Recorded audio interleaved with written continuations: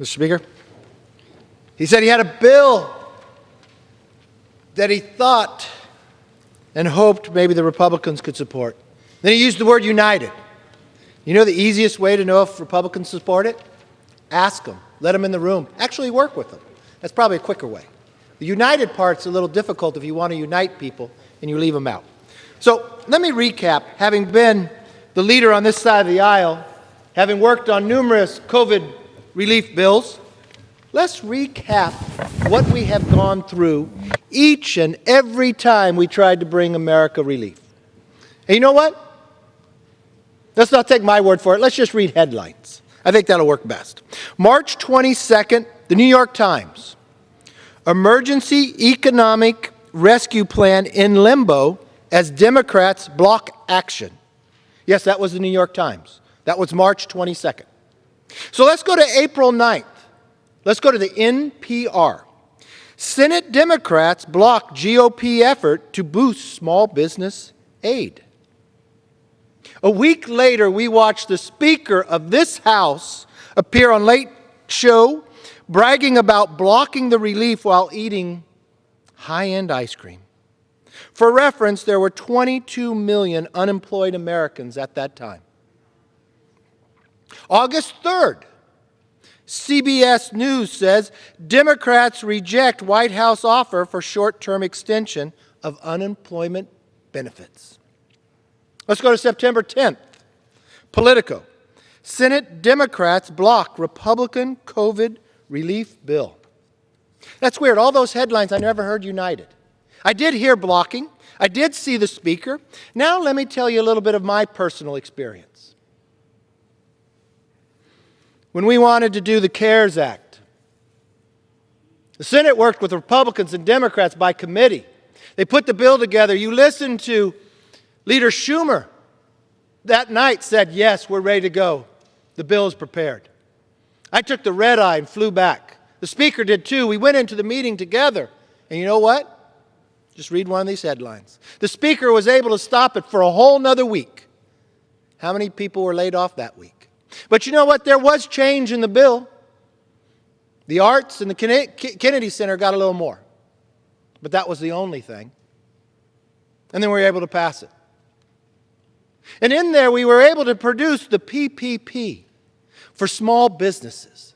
Allowed you to pay your rent, your utilities. But you took that money and you paid your employees. Why were you paying your employees? Because government shut down your business. Was it successful? Whoa, was it successful. Did it go to the owner? No, it went to the people. It went to the workers. 50 million workers were saved. It was so powerful, so successful that the money was running out. So you know what? The Treasury Secretary sent a letter to us and said, you don't need to change anything. Just add a little more money because it's so successful and saving so many jobs. Well, we got our answer. One person stopped it all. And she did it on the Late Show for all of America to see. You remember her smiling as she opened that refrigerator and denied those 22 million people that they were going to join those unemployment lines, and she was going to smile about it because she had her ice cream. And you know what happened? I listened to the Speaker's words. She said, you know what? We're going to get this done. We're not going to leave because she has all the power of whether we stay in here and do our job or not. So it doesn't matter if 1/3 on the other side stays home and votes by proxy and still gets their paycheck. She had everybody leave. But then I had hope. I had hope those who were unemployed. I had hope for those who wanted to go back to school and needed the money. Because the Speaker called an emergency meeting, forced us to come back here. So I thought maybe she changed. Maybe actually what she said she meant this time. So she was going to force Congress back, and she did. And you know what? 1/3 on the other side didn't show because they didn't think it was an emergency. Was it about COVID relief? Was it about the American people who were hurting? No. It was about the post office. It was political. So we should have everybody come back.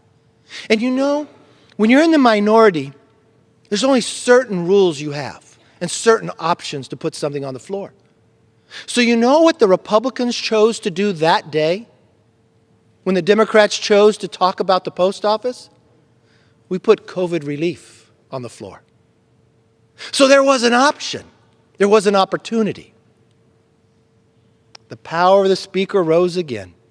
She put her thumb down and everybody else on the other side followed. So you know what? The American public lost that day too. They lost one more time. The facts speak for themselves. The common denominator in holding up relief for the American people is very simple. Speaker Pelosi. She spent the last several months stonewalling negotiations instead of working to solve problems. You know why we're here today? Because the Republicans put a discharge petition on the floor. I wonder why we got outlet early last Friday. The discharge petition must have become ripe where people could sign it. When her members revolted and she responded by recycling an old, unrelated liberal wish list from her first bill. Now at a time when 837 more Americans are filing for unemployment and small businesses are closing permanently, she's wasting Americans' time on yet another multi-trillion-dollar special interest bailout that rewards K Street, not Main Street. Today's so-called compromise isn't realistic or responsible. It's the Pelosi pipe dream 2.0, and it's filled with the same radical, reckless, and ridiculous ideas as the first bill. Instead of prioritizing new money for small businesses through the Paycheck Protection Program, it provides a massive tax break to the millionaires and billionaires that are totally unrelated to the coronavirus. Now let me give you an example. Let's take one person in America that's going to benefit this. You actually ought to rename this bill the Mike Bloomberg bill. Mike Bloomberg is reported to have made $3.5 billion last year. He lives in New York, so if you take the state and local taxes, you combine it, it's 12.5%. So that would mean, if this bill passes, you just gave him $160 million in his pocket. That's an interesting number, $160 million. I wonder how $160 million, if that's how much he would save, how would that affect him? Well, I just read a couple reports, Mr. Speaker. Do you know Michael Bloomberg just put $100 million in to Florida to win it for Joe Biden? And another interesting report, he has given the Democrats $60 million to help them try to keep the majority this year, Mr. Speaker. And what's even more interesting, Michael Bloomberg ran for president. And when he was on stage, you know what he said? He said he bought the Democrats a majority. He said he spent $100 million. He bragged about the individuals that he was able to spend that money on. Some people would wonder, is that money well spent? Some people might wonder if they read that bill, $160 million. What does that mean to the person who's unemployed? I don't think Mike Bloomberg needs that. I know a lot of small businesses. I know a lot of unemployed workers that need the money. But you chose somebody else to respond to. You chose somebody else to reward. Shame on you. Instead of guaranteeing common sense protections against frivolous lawsuits for schools, for small business, for child care, for churches, it gives amnesty, work visas, and taxpayer-funded stimulus checks to illegal immigrants. Lots of times when you read a bill, you see what you prioritize. Instead of boosting jobs, it bails out the cannabis industry. Have you read your own bill? In fact, it mentions cannabis more than it mentions jobs. Did you read the bill? It mentions cannabis more than it mentions jobs. I would challenge anybody in this body to name me one time in their district, in one meeting, that it got mentioned cannabis more than it mentioned jobs of what you're going through right now. Our districts may be different, but I don't believe anybody has that.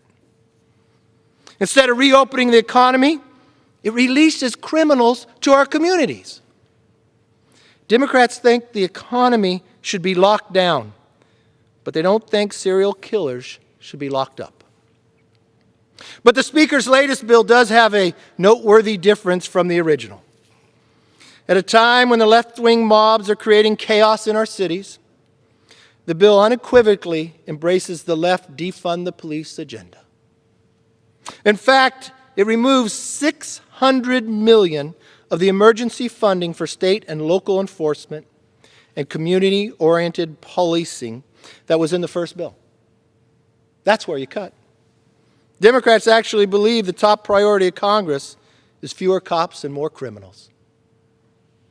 Again, sometimes when you read the bills, it lets people to know their priorities. I listened to the Speaker before. She always told me, bills show your values. I heard the Speaker recently said, the Democrats' values are different than Republicans. If these are your values, yes, they are. Yes, they are. Another striking difference is the tens of billions of dollars for public education to combat misinformation about the coronavirus vaccine. Mr. Speaker, I was happy to hear my colleague on the other side speak a little earlier about the vaccine. I was excited because the Democrat nominee for president, the person he chose to be his running mate, doesn't think people should take the vaccine, even though it's going to be safe and effective and save people's lives. It's interesting. The individual who's running for president on the Democrat side said he is the Democratic Party. Joe Biden, Kamala Harris, and Speaker Pelosi actively spread in public over the last few weeks misinformation about an ability to save lives. American families, workers, and small businesses will continue to pay the price for Democrats' refusal to take this crisis seriously. It doesn't have to be this way. That's the worst part of all this. It doesn't have to be this way. As the past several months have proven, targeted and timely relief related to COVID hardship actually works. 50 million people got a paycheck because of PPP. I can't tell you how many people got laid off for every time Speaker Pelosi has delayed our bills. I can't tell you how many households and how many businesses have gone bankrupt because she didn't keep her word and say we would stay here and do it. I can't tell you how many more people wonder if their kids can go to college because Nancy Pelosi, our Speaker, called us back for an emergency, but it wasn't about COVID. Instead of using America's suffering as leverage to pass a socialist agenda, Congress should be working on getting the American people back to work safely and back to school safely. Republicans have spent months using every tool available to minority to build on the CARES Act and get support to Main Street. You know, the American public actually ought to see how people vote here. Because just yesterday, we put on the floor a vote for PPP. Every single Democrat voted no. Every single one. It's something they've already supported before. Money is already sitting there, more than $130 billion.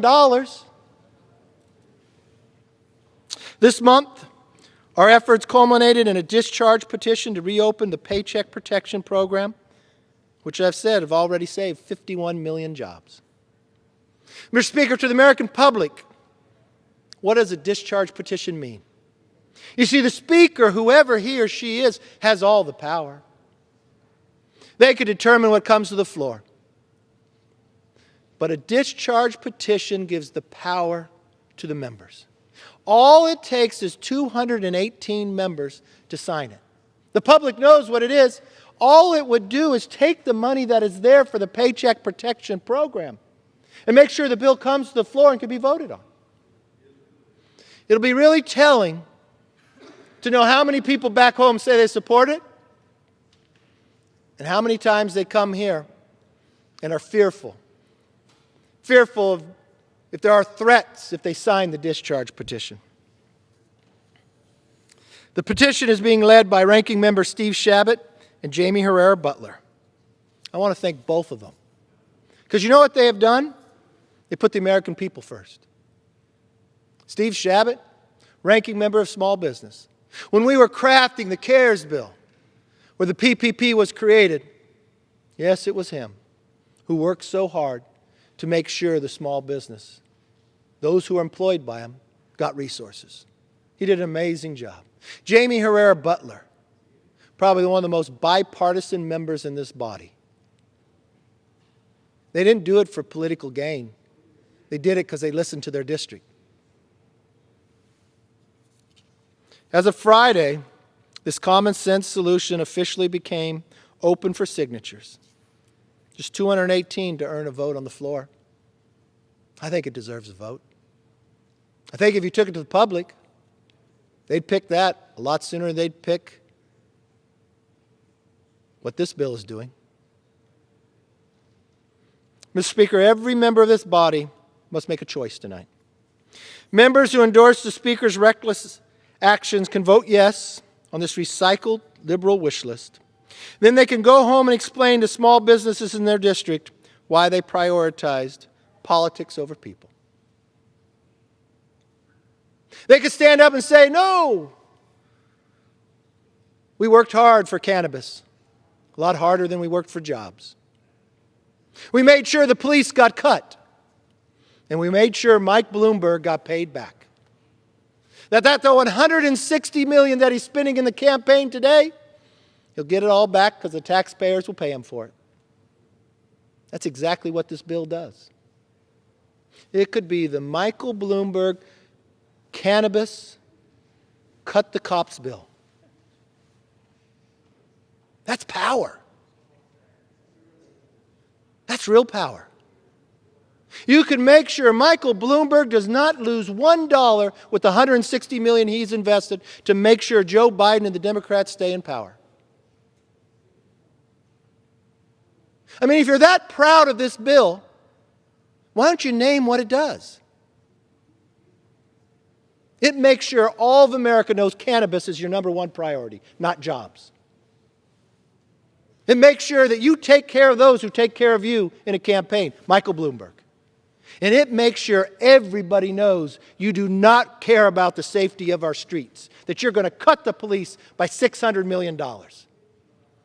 That's one heck of a campaign. That's an amazing. You know what's interesting? So many times the leader, as people have said here, the Speaker of the House, she's the Speaker for all of America. And she always tells us, this will tell you what your values are. And I remember what she recently said, that our values are different. I want to agree with the Speaker. Our values are different. On this side of the aisle, we believe in a commitment to America.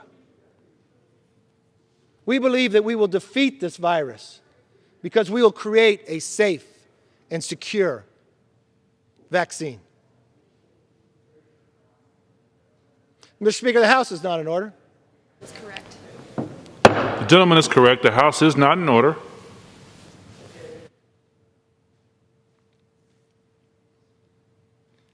You know the other difference in our values? In our commitment to America? You can read it. You can go to commitmenttoamerica.com. That we actually reject defunding the police. We say we'll spend $1.75 billion more on the police, not cut them $600 million. You know what we'll do with the money? Community policing, more training, and 500,000 body cameras. We also have a plan. We can tell you how many jobs we are going to create. We're going to create 10 million new jobs.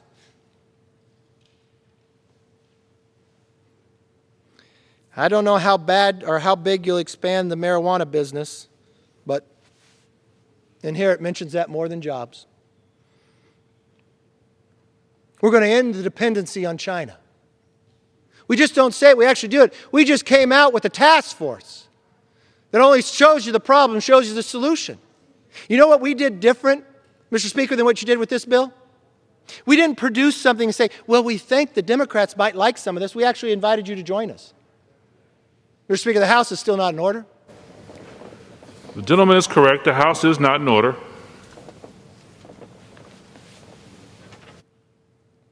A year ago, I went to the Speaker, and I asked her that we could create a bipartisan committee dealing with China. China is representing its 71st anniversary. There's no more freedom in China today than there was 31 years ago in Tiananmen Square. It took me 8 months of negotiation with the Democrat leadership till they finally said yes. We actually picked the people who were going to be on it. And right before we went to name it, they decided no, they didn't want to be a part of it. This was before COVID.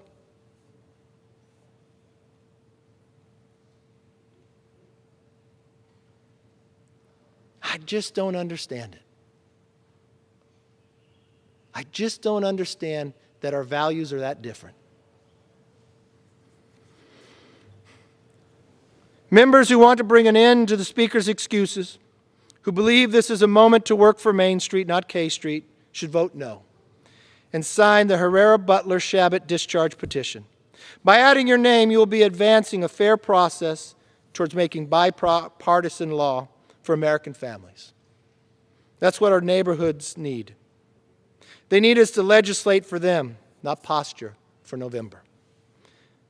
I urge all my Democrat colleagues to join us.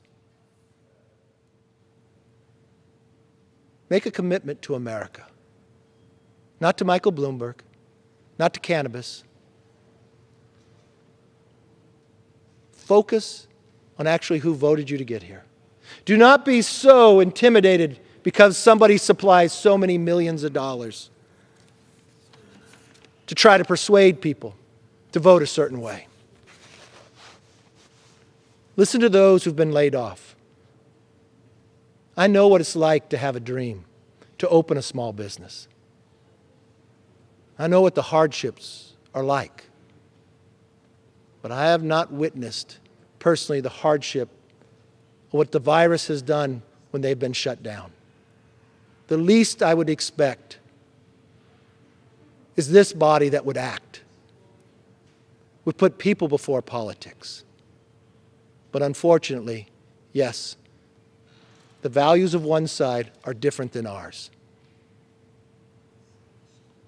Every chance we have put forth relief for the American public.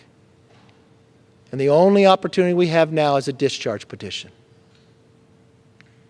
Because no one definitely can vote for this. I yield back. Gentleman yields back.